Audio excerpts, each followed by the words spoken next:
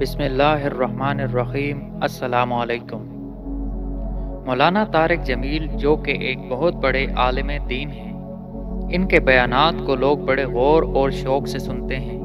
ان کی زبان سے ادا ہونے والا لفظ لوگوں کے دلوں پہ اثر کرتا ہے۔ مولانا طارق جمیل کو ہر مکتبہ فکر سے تعلق رکھنے والے سنتے ہیں۔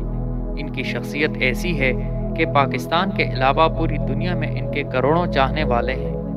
مولانا صاحب پاکستانی سیاستدانوں، سول ملٹری لیڈرشپ کے علاوہ ہر شعبہ سے تعلق رکھنے والے لوگوں میں بہت مقبول ہیں۔ مولانا طارق جمیل جس چینل پر بھی جاتے ہیں، اس چینل کی ریٹنگز آسمان کو چھو جاتی ہیں۔ 2 دن پہلے یعنی 23 اپریل 2020 کو وزیر اعظم کے پروگرام احساس ٹیلی تھون میں ملک کے بڑے بڑے اینکرز کے علاوہ مولانا صاحب نے بھی شرکت کی۔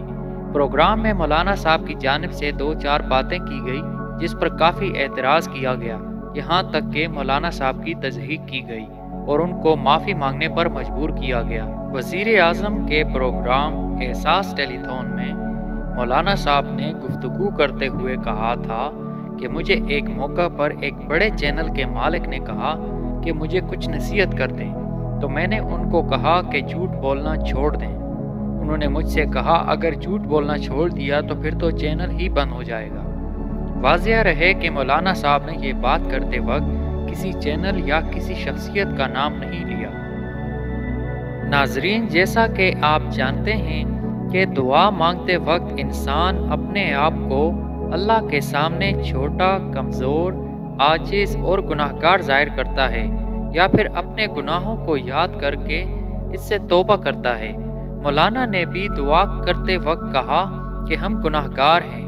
ہماری 22 کروڑ کی آبادی میں کتنے ہیں جو دیانت دار ہیں اور جو سچ بولتے ہیں؟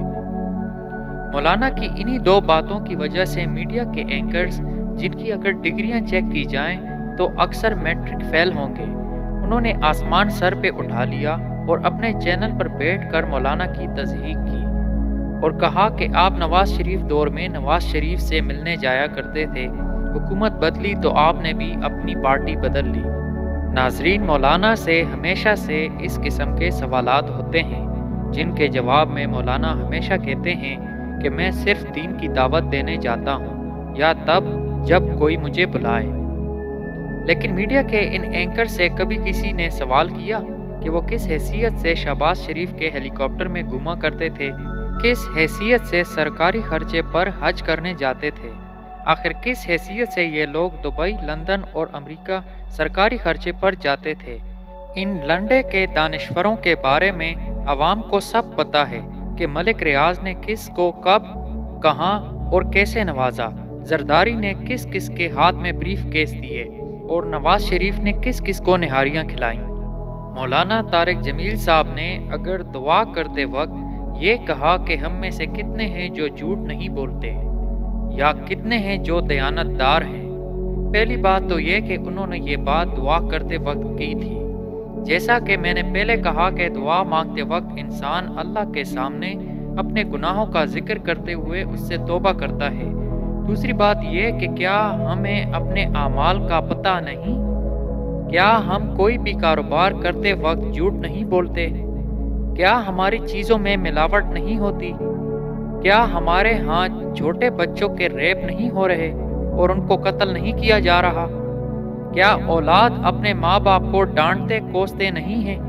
باقی تمام جگہ چھوڑیں، کیا مسجدوں سے پانی کے نل، جوتے اور پنکھے چوری نہیں ہوتے؟ اگر ایسا نہیں ہے تو ہم سب سے پہلے مولانا صاحب کے خلاف آواز اٹھائیں گے کہ انہوں نے ایک مہذب معاشرے کے مہذب لوگوں کو جھوٹا اور بددیانت کہا، اور اگر ایسا ہے تو پھر کس حیثیت سے یہ لنڈے کے دانشور کہتے ہیں کہ مولانا نے ہمیں جھوٹا کہا؟ مولانا نے جس چینل کے بارے میں بات کی، میڈیا نے مولانا صاحب سے اس چینل اور اس کے مالک کا نام بتانے کی اور ثبوت پیش کرنے کی بات کی۔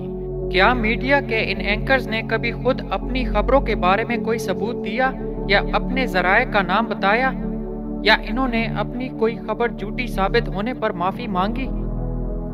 اجمل قصاب کو پاکستانی ثابت کرنے سے لے کر عمران خان کی باپردہ اہلیہ کا مذاق اڑانے تک ڈان لیگ سے لے کر موجودہ حکومت کے خاتمے کی تاریخیں بتانے تک، کیا اپنی خبریں غلط ثابت ہونے پر عوام سے معافی مانگی؟ جس طرح عدالتوں میں بیان دینے سے پہلے کوئی شخص قرآن پہ ہاتھ رکھ کر کہتا ہے کہ اللہ کو حاضر ناظر جان کر کہتا ہوں کہ جو کہوں گا سچ کہوں گا، اس کے علاوہ کچھ نہیں کہوں گا، اسی طرح میڈیا چینل جوائن کرنے سے پہلے ان بے شرموں سے قسم لی جاتی ہے کہ اپنے مالک کے وفادار رہیں گے اور اپنے ملک کو قوم کو نقصان پہنچانے کے لیے ہر قسم کا جھوٹ بولیں گے۔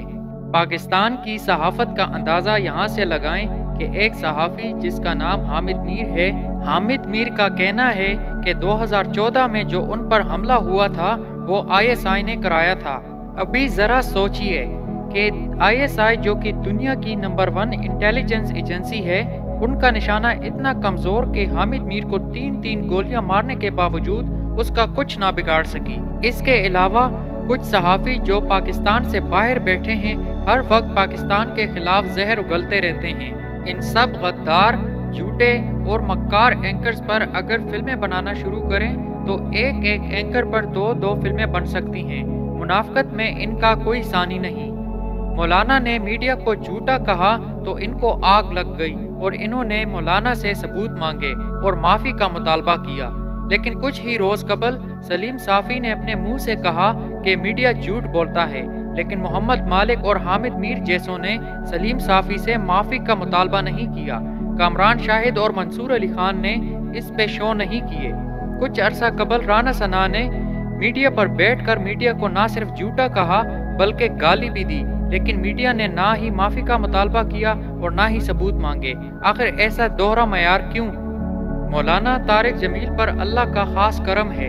جس شو کے بمشکل 50,000 دیکھنے والے ہوں، اگر مولانا طارق جمیل اس میں شرکت کرے تو دیکھنے والوں کی تعداد لاکھوں تک پہنچ جاتی ہے۔